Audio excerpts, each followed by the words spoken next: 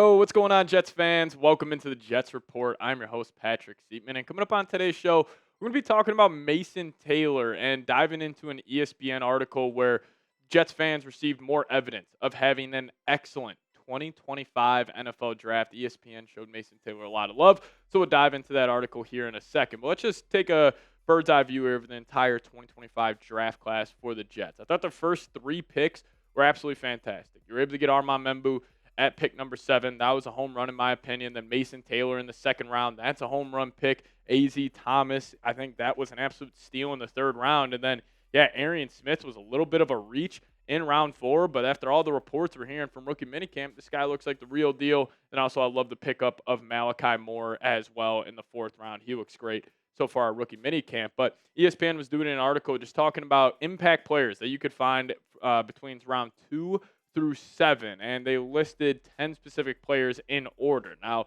they had obviously Tyler Shuck, R.J. Harvey, mixed in a couple more running backs there with Quinshon Judkins, Travion Henderson, Caleb Johnson, and then at number 7, they got the Mason Taylor, also had Tate Ratledge for the Lions, and Jaden Higgins, and then Dylan Fairchild for the Cincinnati Bengals. But they did mention Mason Taylor on this list, and I think Mason Taylor, if you just take his combination of size, fluidity, running routes. He's got super soft hands. He really does check off every major box you would have in terms of what you would expect out of an NFL tight end. And, does he have a lot to improve in terms of being an inline blocker? 100%. But I do think that would just come with age. He gets a little more grown man strength on his frame.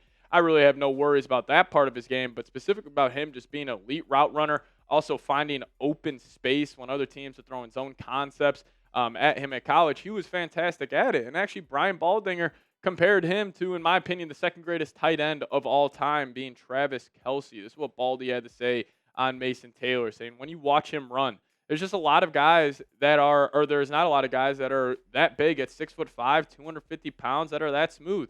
Look, the production of Travis Kelce is off the charts, but he looks like Travis Kelce running. And maybe I think the Travis Kelce comparison is a little hyperbolic, but I see what Baldy's saying. Like, you have a guy who has incredible size, who's incredibly fluid when he's running these routes. And the one thing I always appreciate about Travis Kelce's game is kind of the off-the-script plays, because we always talk about, quarterbacks. Are you able to play backyard football? Are you able to make a play out of structure? I think the same could be said for pass catchers. Like, Travis Kelce, when Mahomes is, running around outside the pocket, he's able to just kind of sit it down in a certain spot. He's able to just find that, tight window where Mahomes can give him a good ball, and he'll obviously come down with it. So my prediction for Mason Taylor, maybe this is maybe I'm drinking a little too much of the green Kool-Aid here with him, but I think he'll have 90-plus catches, 950-plus yards, and 5-plus touchdowns year one. And a big reason of that is because he's going to have to give that production at the tight end spot. Jeremy Ruckert, Stone Smart behind him. Those are solid tight end 2s, tight end 3s, but still a massive need at that tight end one spot. And I think Mason Taylor, he'll take that and he'll hit the ground running, and he'll have a monster rookie season for the New York Jets. But I'm going to go 90 for 950 and about 5 touchdowns here. But if you guys could predict Mason Taylor's stats for year one down below in the comments section. What do you guys think? Let me know your thoughts down below. So this was what specifically Field Yates said on Mason Taylor, saying the Jets' hole at tight end was one of the most glaring positions of need in the league entering the draft. Their top returning player, Jeremy Ruckert, has 0 touchdowns in 3 seasons, but Taylor is a pro-ready fix. He can hold his own as a blocker and has ultra-reliable hands necessary to work the middle of the field and provide a safety net for quarterback Justin Fields. And when I was going back and I was watching Mason Taylor's tape the other day, he does a great job in read options, just finding that soft spot in the flat. Because, let's just say, and this was specifically when the LSU had Jaden Daniels. They're running that read option. He pulls it. Mason Taylor can just sit it down in a spot, find that soft spot of the flat zone, and then he'll take like a 3-yard route, and then he'll turn it into like an 8 or 9 or 10-yard gain. And it's just those little things on the margin where he can make a big impact. And I do think if you're looking at the Jets draft as a whole, I think they handled this perfectly, because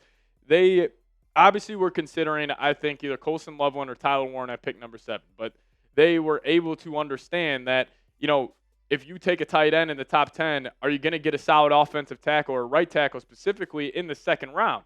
I don't think they could have. Now, they would have maybe gambled on one of these prospects, but I think they set it up perfectly where it's like, all right, Armand Membu's there at 7. We can still land Mason Taylor in the second round. Then you got A.Z. Thomas in the third round. We still have a need at cornerback. I just thought the board fell to them perfectly, and they just handled it perfectly. So shout out to Darren Muji. Really having a great first, in my opinion, 4 rounds of his first ever NFL draft. But I do want to share with you guys just Bleach Report kind of summing up who Mason Taylor is as a prospect here, saying Taylor is a fluid mover and route runner. He wastes little movement, changing directions and breaking away from his defender. His route tempo has a veteran savvy feel. Based on the route concept, Taylor doesn't foreshadow where he is designed to go. Instead, he uses club and swipe maneuvers to knock down the defender's hands to avoid being rerouted mid-stem. And there's no doubt. I think Mason Taylor was a steal in round 2. If like a team took him at the end of round 1, I would not even be upset about that. 3 tight ends going in the first round would be a little nuts, but I think he is that good of a prospect. I think honestly the Jets got a great value in the second round with him because you're going to have a tight end one who's going to be extremely productive from day one for this football team in a massive position of need. I think Mason Taylor, if I still had to pick my favorite pick of the entire draft for the Jets, it's got to be him. And honestly, I think we're going to look back at this tight end class in 2025 and be like, man, there were some dogs on this list. Like, obviously, you got the 2 top guys. I think they're both going to be generational tight ends here in the NFL, Colson Loveland, Tyler Warren. But even the 2 guys in round 2, I was a massive fan of Elijah Roro as well. Him and Mason Taylor, I think they'll both be studs. You still got a guy like Harold Fanning Jr., Gunnar Helm, Mitchell Evans, Jackson Hawes was also another great pickup in round 5 for the Buffalo Bills. But, specifically the top 3 guys, that being Colson Loveland, Tyler Warren, and Mason Taylor. I think we're going to be looking back at this draft class and being like, man, this has to have been one of the best tight end draft classes of all time. Like, I think Loveland, we were talking about him on the show in terms of certain trade back packages for the Jets, or maybe if a team's trying to jump up to 7, they move back to like that 14 range. I was all in on them taking Loveland. And even Tyler Warren, I think that was a great pick for the Colts. The fact that the Colts got him at 14 is a steal, but more importantly, Mason Taylor at 42 was another great pickup. But this is also what ESPN had to say on the Jets drafting Mason Taylor here, saying the Jets were linked to Penn State's Tyler Warren at times during the process, but they did an excellent job of managing the draft and addressing their needs by getting a tackle at 7, and now Taylor at number 42. Taylor is a plug-and-play starter who gives quarterback Justin Fields a target and has the potential to put up bigger numbers in the NFL than he did in college. Had the Jets taken Warren at 7th overall, they would have had a difficult time addressing offensive tackle in a meaningful way here. And I totally agree with what ESPN is saying. And I think, honestly, if you look at the Jets' offensive personnel as a whole, it's a little underrated. You got the 2 very solid running backs in Breece Hall, Braylon Allen. Hopefully they have bounce-back years. Obviously, more specifically, Breece Hall there. But then you still got the great number 1 in Garrett Wilson. You got a solid tight end. You got a really good offensive line. If Justin Fields ends up working out, like the whole personnel offensively, I feel like we'll be looking back and at the end of this upcoming season, be like, all right, Garrett Wilson is no doubt a top 10 receiver. Breece Hall is a top 10 running back. Mason Taylor, year 1, might be a top 15 tight end. Might be saying, oh, Jets got a top 10 offensive line. Like, I think that is fully on the table. You pair that up with the defense, I think the Jets could be having a good year here in 2025. But if you guys are a Mason Taylor truther, give me those 85s down below in the comment section. I definitely am. I'll be spamming my 85s down there. Cannot wait to see this guy just play a preseason game. So if you guys believe in him, give me an 85 down below. And also hit that subscribe button on your way out and help us reach 6,000 subs here on YouTube. See y'all next time. As always, go Jets.